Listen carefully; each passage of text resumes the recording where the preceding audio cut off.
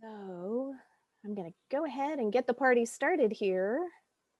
Hello, everyone. My name is Jenny Hinchcliffe. I'm the Exhibitions and Events Manager here at the San Francisco Center for the Book. I'm excited to be hosting today's Shelter in Studio presentation, a studio visit with Kitty Maryatt. Kitty is the Director Emeritus of Scripps College Press in Claremont, California, and was an assistant professor of art at Scripps College, where she taught typography in the book arts for 30 years. For the last several years, Kitty has focused on researching the production and composition of the 1913 book La Prose de Transsibérien, which has resulted in both an editioned recreation of the original and a traveling exhibition titled Drop Dead Gorgeous, Fine Bindings of La Prose de Transsibérien Recreated, which debuted at the San Francisco Center for the Book in 2019. Yay! Welcome, Kitty. We're happy to see you once again. And I am actually going to go ahead and turn the spotlight over to you. All right, take it away, Kitty. Well, thank you very much, Jenny. It's been wonderful working with Jenny at the San Francisco Center for the Book, which is one of my favorite places in the whole wide world. I go up there every time I get a chance, and any time they ask me to do something, I'm happy to do it. So I'm very happy to welcome you into my studio here in Playa Vista, which is in California, next to near LAX and right next to Marina del Rey, just in case you want to know where it is. So I can easily fly in and out of here, except for COVID now, but even though I still manage to get around. So I'm very happy to show you my studio. It's my fourth studio. So I thought I'd do something a little bit different and show you maybe just kind of how I got here, because I've been doing this an awful long time. And, you know, I started out just like pretty much everybody does, with the studio in your bedroom, in your dining room, in your garage, wherever you can manage to make space for a studio. So I'm going to show you a little short PowerPoint, kind of quickly going through the spaces that I used to have and how I got into the space that I have now. And then I'll show you a couple of little maybe videotapes of what I'm working on right now. And then you can ask questions as we go on, because I don't mind being interrupted.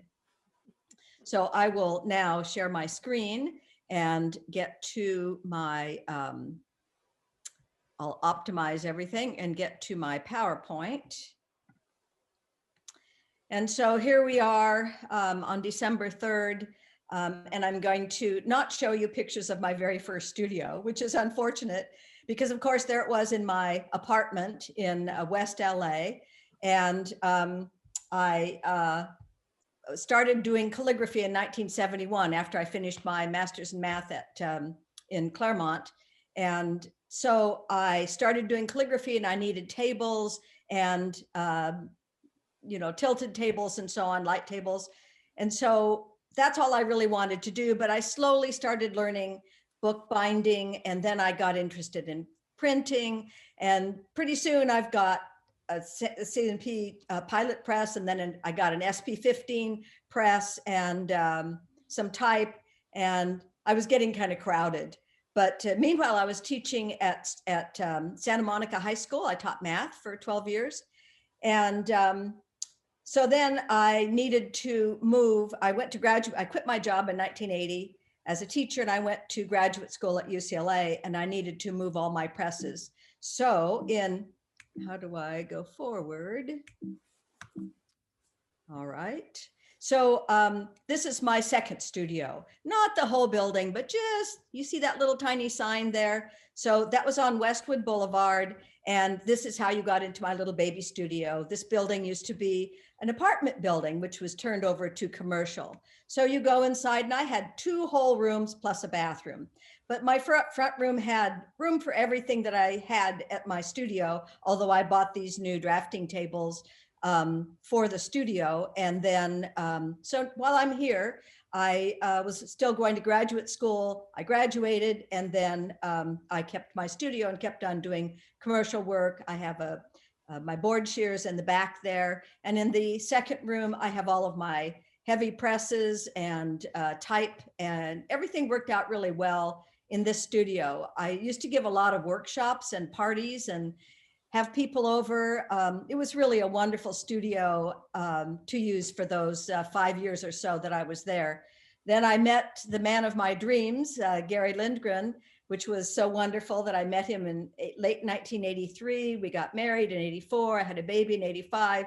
And by 86, I'm thinking, this baby is walking around very soon and is going to kill himself on all of my equipment. And so I thought, I've got to move, which was a big, difficult decision. But I decided to buy an old 2-bedroom, 1-bathroom house.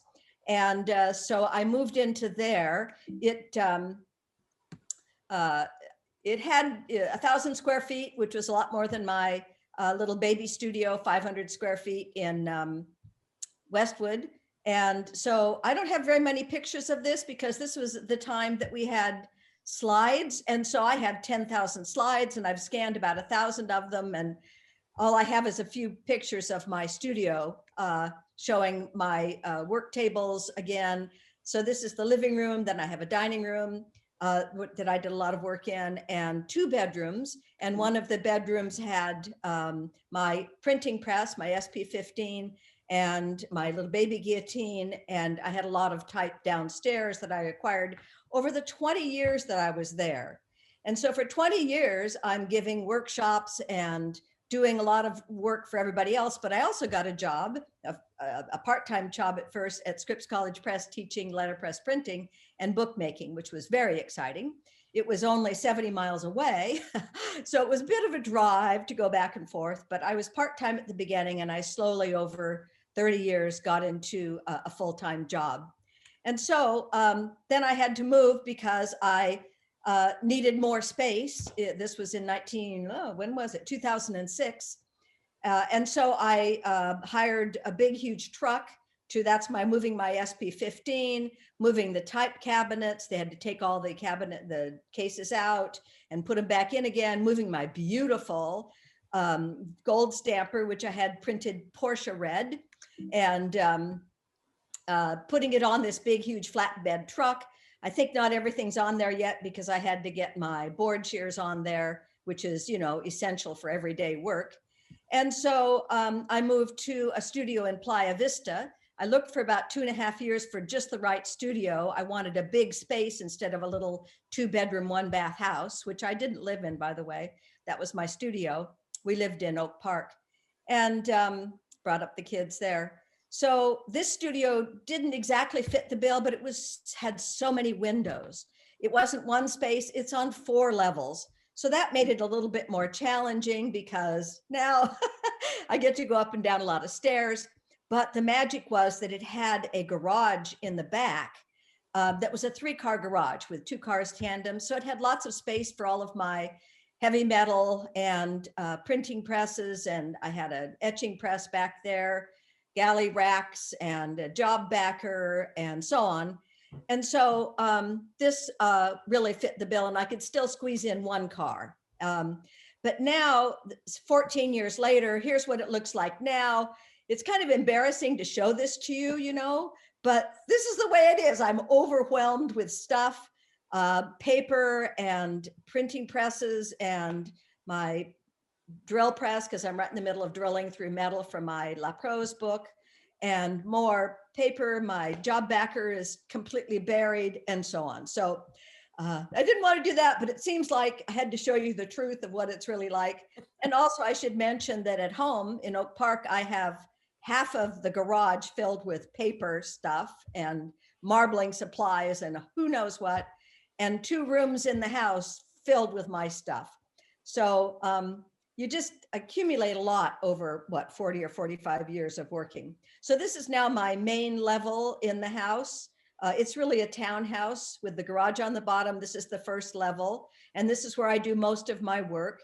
So here I have some of my pochoir brushes out there, and I covered these 2 tables, and actually the other one over there, in cutting mats so that I could cut anywhere. And I can put all 3 tables together too when I need a really long space. And then when I'm doing pochoir, I set up this table that my husband made for me, a tilting table. It tilts into 3 different positions.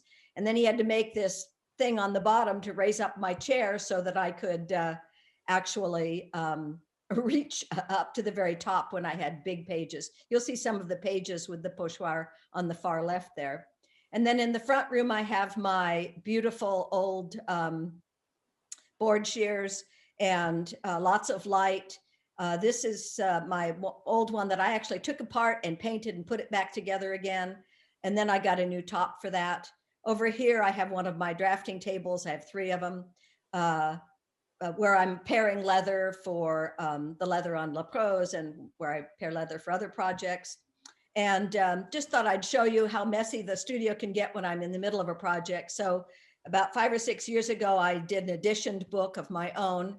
I did a lot of edition books at Scripps College Press with my students. We did actually 60 edition books, but this is my first big edition book. And so I'm painting here with Sumi ink and with brushes that I made. And because my drying racks weren't big enough, I spread them out all over the place, all over the studio.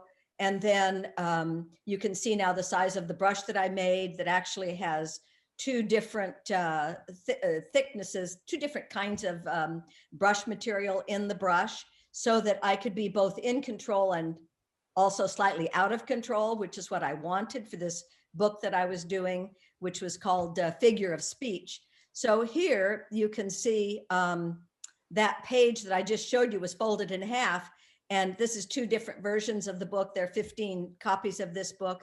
And so all the pages are folded in half, and it's all about the shapes of letter forms, sort of from the beginning of mankind, and how chaos would reign at periods of time, and the letter forms would change, or they'd be changing in different countries. And so this is the book when it's all folded up. It ends up being about 15 by 22, and I did some freehand foil stamping, not stamping really, foiling on the front cover of the book. That's my son's beautiful calligraphy behind me, by the way. It says Shishi Funjin, attack like a Chinese lion, because he did kendo when he went over to, well, he did it here, and when he went over to Japan for 5 years, where he also graduated. Can I be proud? He graduated from Yale in Japanese studies. So now we're walking up the stairs into the next level. So this is the mezzanine where I have my computer when I first put it together in 2006. And now here it is today with flat files and stuff. You turn right and go up some stairs, and now you have this room with lots and lots of light, with some of my bookbinding equipment and another small foil stamping machine and flat files, and my brass tools for fine binding, and boxes to hold everything together with all of my tools so I can find them. Then you go down the hall to this room where I have a desk and lots more light, and I have a sofa. That's actually a sofa bed when I stay overnight. And then some more bookcases which hold stuff. You walk out the door there and turn left, and you go up the stairs to the 3rd level. And there's this small room up here. I've brought in all of my patio furniture, so it's kind of a mess, but just to show you that I store all of my leather and my book cloth that I have here. I have a whole lot of rolls of book cloth in my garage at home too. Anyway, I'm just kind of overwhelmed with stuff. And that blue blanket there is just to close it off, because I get a lot of light in that room and I don't want everything to get ruined. So now we walk down the stairs, and you'll see my little kitchen here. I have 3 bathrooms too. And then the table that holds my pochoir supplies for what I'm working on currently, which is making 180 copies of La Prose du Transsibérien, and 65 brushes, pochoir brushes. And this is actually an old photo when I just pulled out all of the different kinds of things that I needed to do the pochoir, which is basically a stenciling technique. And so this is what my project is. I have 2 versions of La Prose. The bottom version would be the way that the book was issued in 1913. This is a facsimile of a book done by Sonia Delaunay and Blaise Sandroir in 1913. And so I issued it in a plastic case, but it originally was issued in this vellum cover. It is an accordion fold. And so I decided partway into the project that I would do a deluxe version of it because I wanted to have fine binders bind copies of my book. So I have 25 different fine binders in this show called Drop Dead Gorgeous. So I folded the book differently. So it's folded like this so that it could go into this aluminum case, which is brushed like pochoir gesture, and then would go into this clamshell box. And then this clamshell box would go into this bigger clamshell box with some other extras that would go into, that would show you the story of how to make this book with pochoir. So now I'm going to show you a few little, see if I can do this, a few little videos. So let's see if I can get this to happen. Here's a little video just showing how to cut the aluminum because the pochoir plates are made out of aluminum. So you can't cut them like you would like a piece of paper. You have to plunge into the aluminum with a piece of rubber underneath it and just slowly make these little plunging movements. And then the piece of metal pops out and it looks all wrinkly and ugly. And so when I first did this, I thought, oh my gosh, how could this possibly work? And do stenciling on that, that's just a piece of rubber on the bottom. Let's see if I can get up there. And so here is showing how to get those little wobbly pieces out. You fill a beautiful wet French wine bottle with lead chalk. So it's nice and heavy. You basically roll all the little holes that you cut out of the aluminum. That stencil. We're not seeing what you're showing. Your screen is just showing the pochoir in the attic. Oh, that's interesting. Okay, then here I am in the attic. Let's do that one. Can you see that one now? Yes, we can see it, Kitty. Okay, I'm very sorry about that. I had planned this out so I could just show them quickly in order. Here's Christine Mengy in France. I'm with her. And Natalie were originally going to do the pochoir for this book that I'm doing. And then Natalie got sick and couldn't do it. And so I asked Christine if she could observe me. And I brought Christine Niles over with me. Quand je fais ça, je ne vais pas jusque là. Je m'arrête. Stop. Here. Hein? Look.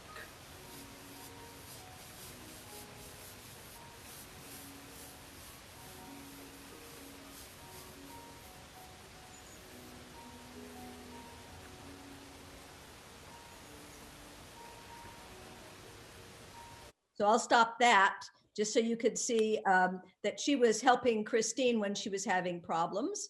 Okay, and so I'm going, can you see this now? No, I got to get another one. Okay. Okay, maybe I can't show you. That's probably enough. We have the second video, Kitty. Oh, you do see it. Okay. Yes. Well, then I'll start that one. So this Okay. just shows you again how you normally will do this stenciling process where you have these nice big brushes and you swirl them around in a counterclockwise direction. And this is called French traditional stenciling. And this is what I wanted to learn when I went over to France in 2017. I had already had a pochoir lesson back in 1988, but I didn't know how to do it with metal stencils. And so I went over there to learn how to cut the metal stencils in 2015. And then I went back in 2017 to actually do my project, thinking I was going to do that with them, but then it worked out that I had to do it myself. Anyway, this just shows that sometimes you don't do swirling motions. Sometimes you have to do just straight strokes. So that's just a little overview of how I'm doing my project now. And Kitty, I'm gonna interject very quickly and say that if people have questions so far, you're welcome to go ahead and type them into the chat for Kitty. We do have about 10 minutes left, so Now is a great time to go ahead and type any questions you may have, and we'll start going through questions. So please before continue. we take questions, let me just show you a few things. So this is something that you can get at the Center for the Book. It's the catalog for Drop Dead Gorgeous, and it has pictures of all of the bindings that are in the show, that were in the show, and the show is continuing on. It was in UCLA, and then it went to Boston, and then it's going to Minneapolis next, opening January 21st. It's going to be completely virtual in Minneapolis, however. That just was determined because of the craziness of COVID right now. And I've gone ahead, and if anyone's interested, the catalog link is in the chat box for catalog purchase. So Alan Sasaki has a question. He would like to know what pochoir is. Oh, I'm so sorry. Pochoir is stenciling. So there are lots of different ways to stencil all over the world in every country. So this is just a stenciling technique where you don't use sponges or spray bottles or paper stencils or whatever. So it's just a stenciling technique that was developed in France. It was started right around 1880s, 1890s, and developed into a very sophisticated technique by the 1910s, 1920s. And so it was a technique that I thought was very sophisticated, got a very interesting painterly results. I mean, when I saw Sonia Delaney's book for the first time in 87 or so, I just thought, gosh, that looks like it was just painted. And it's an edition of, 80 copies. How did she do that? Well, it turns out she didn't do it. The pocheurs in France did it. So that was a thing for a company to have all of these women who would sit there all day long and do these stencils. Usually it was done for artwork that museums wanted to sell in their museum store when they had museum stores. So Kitty, John Demerit says hello. Hi, John. And he would like to know where you get all those cool pochoir brushes. Well, normally you would just get them in France because that's the only place they're made. But I asked Talus about 5 or 6 years ago to start carrying them in their catalog. So you can go directly to Talus. They have 3 different sizes that you can buy. They're about $40 to $50 each. So they're not inexpensive. And normally you use the brush for one color. So for my book, which has 66 colors in it, maybe I'll just show you, this is the way the book looks. And then I'll give you a sneak peek, it opens out to that. And so there are 66 different colors in the book, and therefore I need 66 different brushes. So that gets into an investment. So when I teach pochoir workshops, I have to make sure everybody understands that if they want to do it, they have to get the tools and materials to be able to do this technique that's so beautiful. It was really had its heyday right around 1910 to 1960. Do you know that Matisse's jazz was done in pochoir? Because he said that the printing processes of the time just couldn't get the color. It just didn't have the liveliness of gouache, which is what you use for pochoir. Wow. Chip is interested in knowing how thick the metal is and where you purchase it from. He wonders if you purchase the metal from McMaster Carr.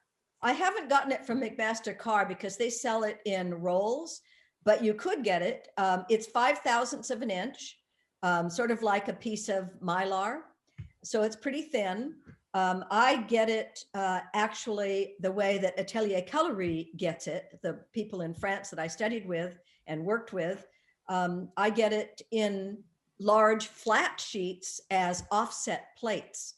Now, they use that thickness of offset plates in France as a matter of course, so I could even get used plates. But here in America, I had a really hard time finding them. It took me some years to figure it out, but I finally was able to get 5/1000ths offset printing plate from Agfa and who's the other one? Somebody else. Anyway, I have a list of where you get all the different materials. I don't have, well, I have, let me think of this. I have a blog.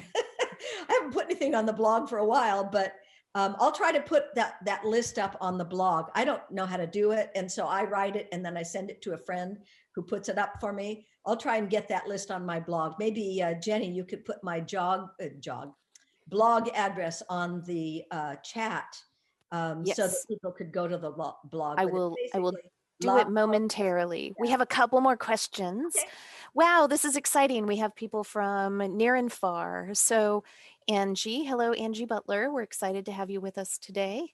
Angie says she missed you when you visited the Center for Fine Print Research at Bristol. Oh, that was fun. But, but the test page you left with Sarah, I'm assuming that's Sarah Bodman, has been great to show our students. Oh, good. When can we expect a pochoir book from you? And would it be a how-to manual or a more historical account? And I will go ahead and drop those other book links that you sent me into the chat right now. Well, it just happens. I always planned, I didn't want pochoir to be lost. This is why I'm doing this. Atelier Coloris, the last people in France who are doing it commercially. And they just stopped doing it because Natalie got sick. So anyway, so I always asked them if we could do a book together, that they would write it and I would fix it up.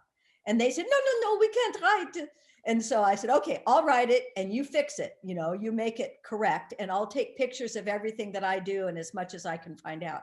And I'll take pictures of your work so it can go in the book, like the original 1925 Jean Saudet book that I started using long ago. Anyway, so this is just out, almost out in January. So this is not my book. This is a book of many essays, but I have one essay in there. So it's called Making Impressions. It's by Legacy Press, and it will be out in January. And I have 62 or 65 pages or so of information about pochoir, about this La Prose project, and it's also a step-by-step how-to. And a list of materials are in that book.